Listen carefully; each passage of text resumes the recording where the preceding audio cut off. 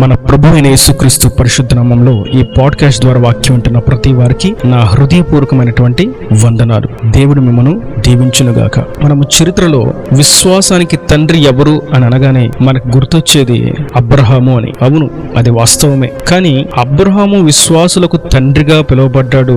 అయితే అతని భార్య ఏమని పిలువబడింది? ఆమె పేరు శారాగా ఎలాగ మార్చబడింది? ఆమె పేరు శారాయిగా ఉన్నప్పుడు ఆమె ఎలా పిలువబడింది? అబ్రహామును ఎలా వెంబడించింది? దేవుని దృష్టికి ఎలా ఇంపైనటువంటి జీవితాన్ని జీవించింది? యోగ్యమైనటువంటి పాత్రగా ఎలా మలచబడింది? ఆమెను విశ్వాసానికి తల్లిగా దేవుడు నిర్ణయించడానికి, దేవుని ప్రత్యేకించడానికి గల మూల కారణాలు ఏమిటి అనే విషయాన్ని మనం ధ్యానించినప్పుడు ఎంతో ఆశ్చర్యం కలుగుతుంది. ఈ విషయాన్ని మనం చూద్దాం. ఆదికాండము 17వ అధ్యాయము 15వ వచనం. మరియు దేవుడు, నీ భార్య అయిన శారాయి పేరు శారాయి అనవద్దు, ఎలయనగా ఆమె శారా.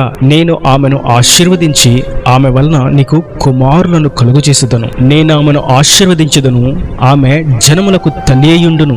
జనముల రాజులు ఆమె వలన కలుగుదురని అబ్రహాముతో చెప్పాను. చదివిన వాక్య భాగంలో అబ్రహాము, నీ భార్య పేరు శారాయి కదా, ఇక మీదట నీవు ఆమెను శారాయి అని పిలవవద్దు. నేను ఆమెను ఆశీర్వదిస్తున్నాను. ఆమె పేరు శారా. ఎందుకని దేవుడు ఆ పేరును మార్చాడు అని మనం చూసినట్లయితే, శారాయి అనగా నా రాణి, నాకు సంబంధించిన నా భార్య, నాకు సంబంధించిన స్త్రీ అని అర్థాలు వస్తాయి.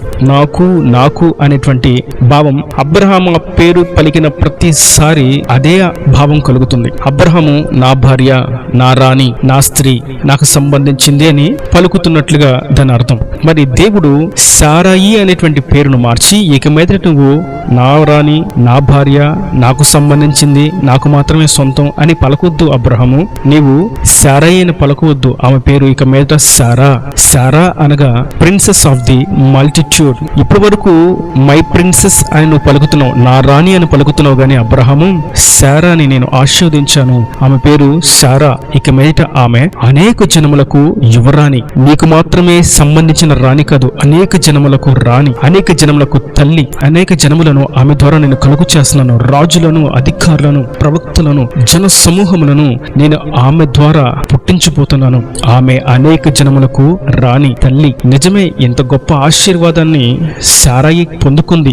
ఏ విధంగా పొందుకుంది? తనకు దేవుడు అట్టి ఆశీర్వాదాన్ని, అట్టి ఆధిక్యతను ఎందుకు అనుగ్రహించాడు అని మనం చూసినట్లయితే ఇంకొన్ని ఆశ్చర్యకరమైనటువంటి విషయాలు మనకు అర్థమవుతాయి. అబ్రహామును తాను వివాహమాడుట చేత అబ్రహామును బట్టి శారాయికి శారా అనేటువంటి ఆధిక్యత కలిగింది అని మనం చెప్పుకోవాలి. శారా తన యజమానుడైనటువంటి అబ్రహామును ఎంత అనుసరించింది, ఎంత లోబడింది, ఎంత తగ్గించుకుని జీవించింది, తన యజమాని దృష్టికి ఎంత యోగ్యురాలుగా నిలబడింది అని 2 ఉదాహరణలు మనం చూసినట్లయితే ఎంతో ఆశ్చర్యకరమైనటువంటి విషయాలు మనం గమనిస్తాం. ఇది ఆదికాండము 12వ అధ్యాయము 17వ వచనంలో చూస్తాం. అయితే యెహోవా అబ్రహాము భార్య అయిన శారాయిని బట్టి ఫరోను అతని ఇంటి వారిని మహావేదనల చేత బాధించెను. ఇక్కడ మనం చూస్తాం, దేవుడు అబ్రహాము భార్య అయినటువంటి శారాయిని బట్టి ఫరోని అతని ఇంటి వారిని వేదనలకు గురి చేశాడు, మహావేదనలకు గురి చేశాడు అని చూస్తాం. ఎందుకని? అక్కడ జరిగినటువంటి విషయం ఏదనగా, హాయి అయినటువంటి ప్రాంతంలో కరువుగా ఉందని అబ్రహాము తన గుడారం అక్కడి నుంచి ప్రయాణం కొనసాగించి ఐగుప్తులోకి వెళ్ళాడు. ఐగుప్తులకు ప్రయాణం కొనసాగించిన తర్వాత అక్కడ ఉన్నటువంటి జనులు అబ్రహాము యొక్క భార్య శారాయి అందంగా ఉందని తనను ఫరో యొద్దకు తీసుకుని వెళ్లారు.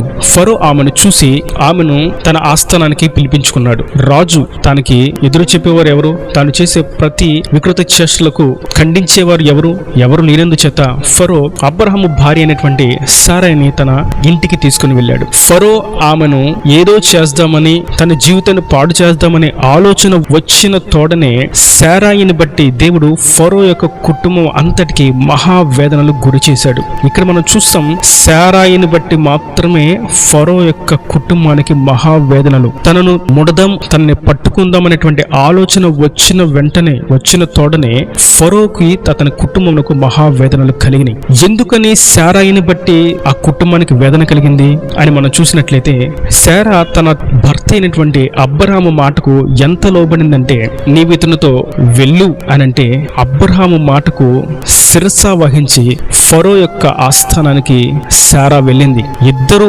పరిశుద్ధులే, ఇద్దరు తమ తమ దేహములను పవిత్రంగా కాపాడుకుంటూ ఉన్నవారే, ఇద్దరు దేవుని మీద విశ్వాసం ఉంచిన వారే. అబ్రహాము తన గుడారములో కుమిలిపోతూ ఉన్నాడు. నా భార్యను శత్రువు తీసుకుని పోయాడు ప్రభువా, నీవు నడిపిస్తున్నటువంటి మార్గంలో అని తాను కుమిలిపోతూ ప్రార్థిస్తున్నాడు.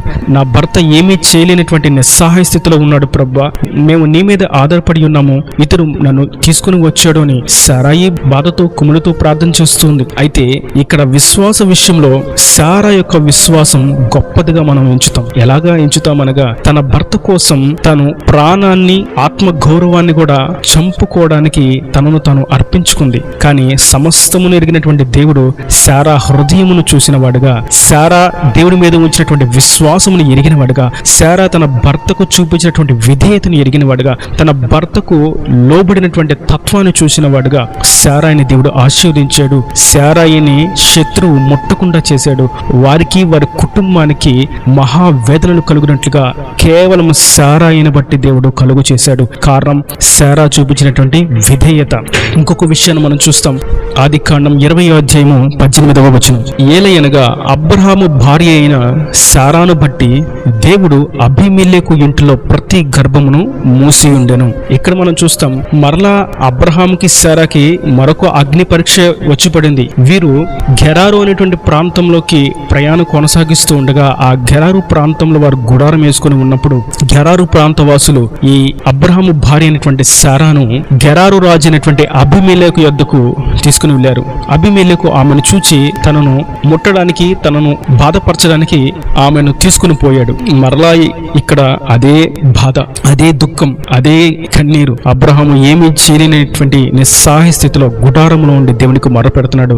శారా, నా భర్త ఏమీ చేయలేడు, నేను ఏమీ చేయలేను ప్రభు అని నిస్సహాయ స్థితిలో సహాయకుడైనటువంటి ప్రభు వైపుకు తన చేతులెత్తి మొరపెడుతుంది. ఇదంతా చూసినటువంటి ప్రభు, నన్ను గూర్చి వీరు విశ్వాసంలో కొనసాగుతున్నారు, నా మాటను బట్టి వీళ్ళు ప్రయాణిస్తున్నటువంటి మార్గంలో వీరికి ఎదురైనటువంటి అవరోధాల్లో వీరు ఎంతో నలిగిపోతున్నారు. శారా తన భర్త మాటకు ఎంతో నమ్మకంగా, ఎంతో విశ్వాసంతో, ఎంతో విధేయతతో జీవిస్తుంది.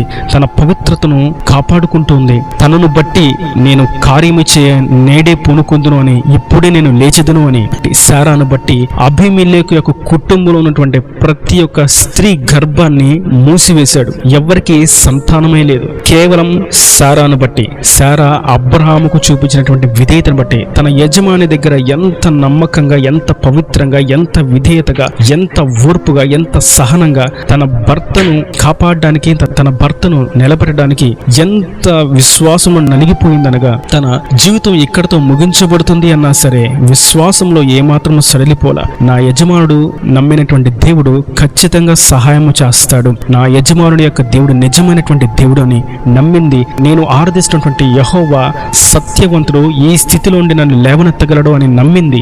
దేవుడు నిశ్చయంగా ఆమెను లేవనెత్తాడు.